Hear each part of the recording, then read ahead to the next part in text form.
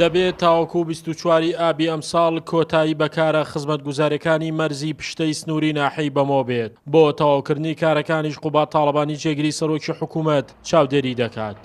دوای داخستنی بۆ ماوەی چەند مانگێک مەرزی پشتە دەرگای بەڕووی بازرگانان و شۆفێراندا کراوەتەوە.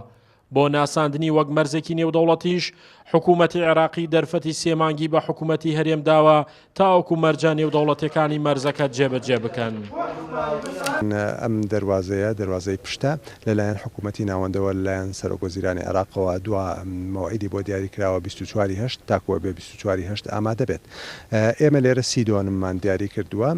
ئەم سیدۆنمەوە کاری لەسەرەکەین بەشێکی باشی ڕۆشتووە و ئەمانەوێت تاکو 24/8 ئامادەیکەین.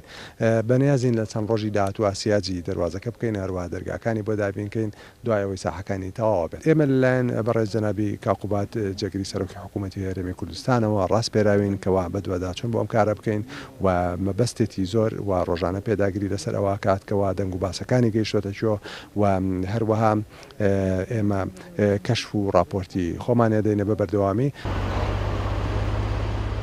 لە قۆناغی یەکەمدا مەرزەکە گۆڕەپانێکی گەورە و سیاجێکی فراوانی بۆ دروست دەکرێت. زیاتر لە 9 فەرمانگەی خزمەتگوزاری و ئیداریشی بۆ دەبرێت. ئێستا ئەو هەنگاوانە دەستی پێکردووە و بازرگانانیش داوای چاکردنی ڕێگاوبانەکەی دەکەن.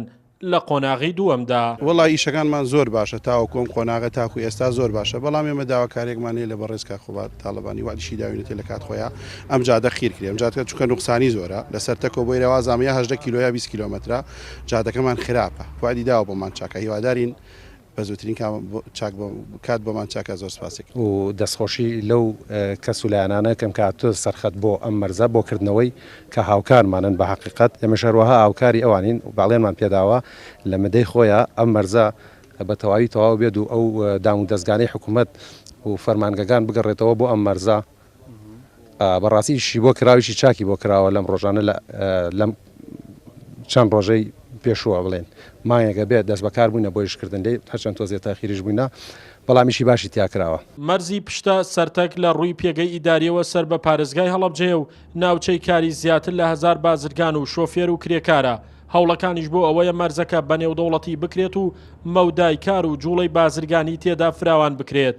لەگەڵەوەشدا داهاتێکی زیاتریش لە ڕووی مامەڵەی گومرگیەوە بچێتە دەخیلەی حکوومەتەوە. شاخەوان محەممەد، کوردسات نیوز، مەرزی پشتە.